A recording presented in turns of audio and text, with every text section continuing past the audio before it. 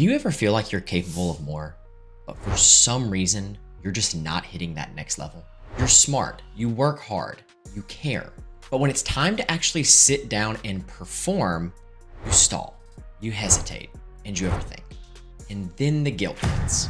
I have been there, and let me tell you right now, it is not because you're lazy.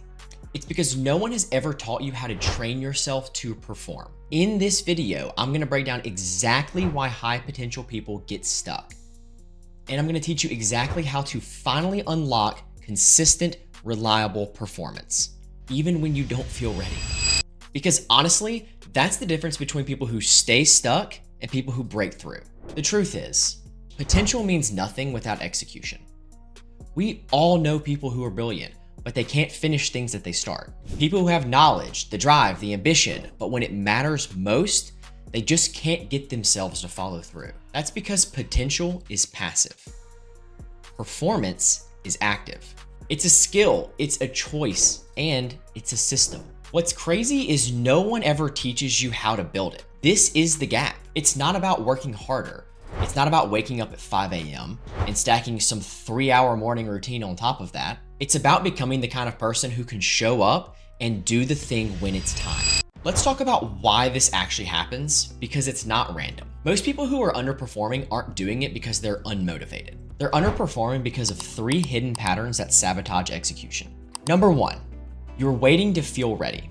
This is one of the biggest traps that I see, especially in high achievers. You're constantly checking in with yourself. Do I feel good enough? Do I feel clear enough to start? Should I wait until I'm more focused? Let me just plan it out a little bit more. We think readiness is a feeling, but it's often not. It's a byproduct of action. You don't feel ready and then perform. You perform and then you feel ready. The people who consistently execute don't wait for clarity. They create it by moving. They've learned to act before they feel perfectly prepared. And over time, that becomes muscle memory. The second thing is that you've never trained performance as a skill. Everyone talks about productivity.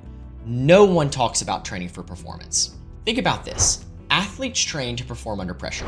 Musicians train to play live.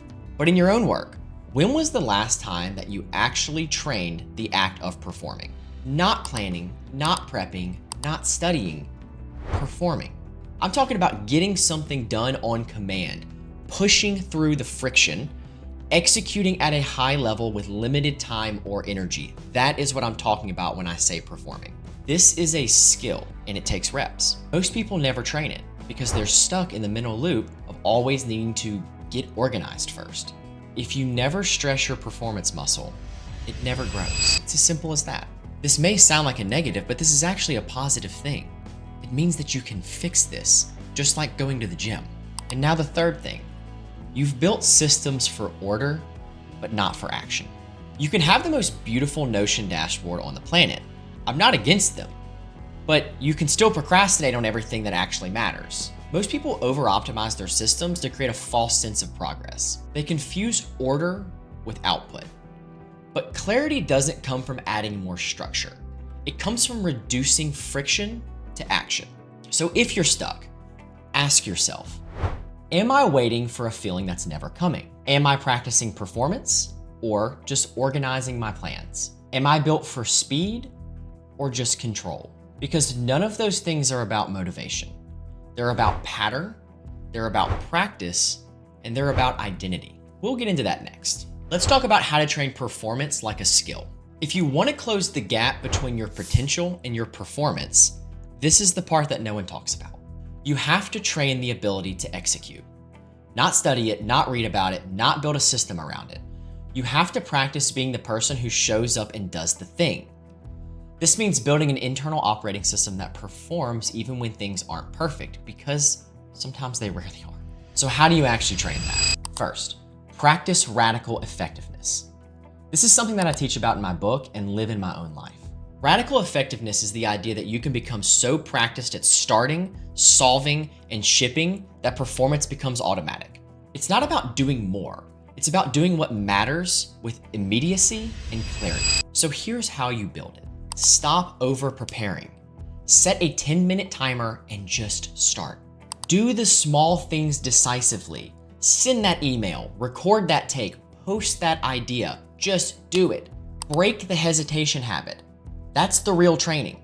Every time that you act without perfect readiness, you're reprogramming your brain to associate action with identity.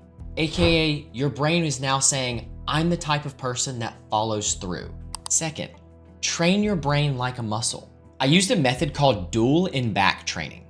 It's one of the only brain training techniques that's actually been shown by research to improve working memory, fluid intelligence, and cognitive flexibility. Translation, you can think clearer, you can hold more in your head, and you can make sharper decisions under pressure. And no, it's not a gimmick. I've used it, I recommend it, and I've seen the results. It takes about 15 to 20 minutes a day, 4 to 5 days a week. You do that for about 2 to 3 months, you're gonna be a completely different person. And when your brain is sharp, your execution gets faster, smoother, and more confident. And that's something that we all want. A quick disclaimer about the Dual and Back program is it's pretty hard. It's actually an incredibly simple process, but it's not easy. What I mean by that is when you're doing it, about 2 to 3 minutes in, you're gonna be like, my brain feels like it's on fire. It's kind of like how your muscles feel when you're lifting heavy in the gym. This can be a very positive thing for you. Now let's move on to the third thing. Build through reps, not readiness.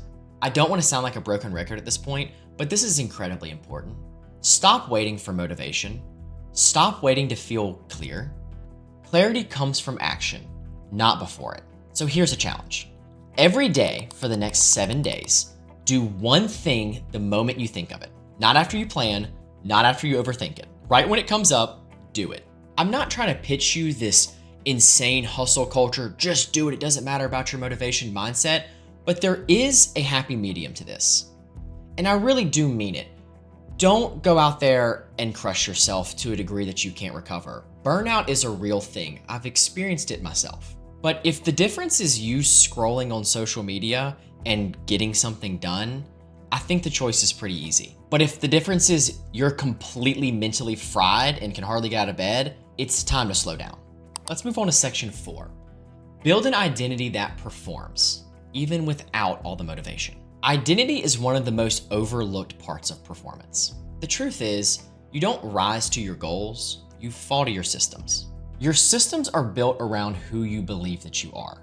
If you see yourself as someone who struggles to finish, someone who procrastinates, or someone who can't focus, you'll just keep proving yourself right, even if you try hard to change. We act in alignment with our identity, which means that the opposite is also true. If you start seeing yourself as someone who executes, someone who gets things done, even in small ways, that identity starts driving your behavior moving forward. Here's the shift. You don't need to wait until you feel like a high performer. You start performing, and that's how that identity gets built. Here's how to do that practically. Number 1, interrupt the hesitation loop. The moment you catch yourself waiting or overthinking, override it. Even with a 30-second action. The key is act before you talk yourself out of it. Number 2, label your wins.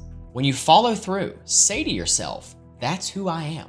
Not in a cheesy way, in a quiet, confident way. You can say it in your head.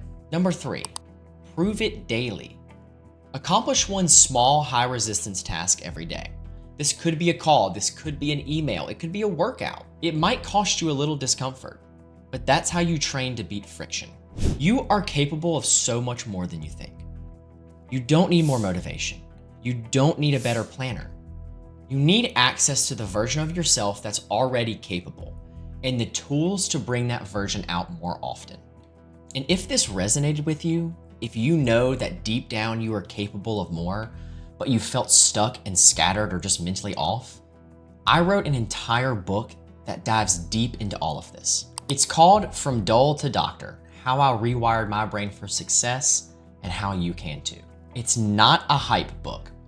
It's a real story about how I went from being scattered, overwhelmed, and lost in my own head to putting clarity, confidence, and systems that I use today, not just to succeed, but to enjoy my life while I'm doing it.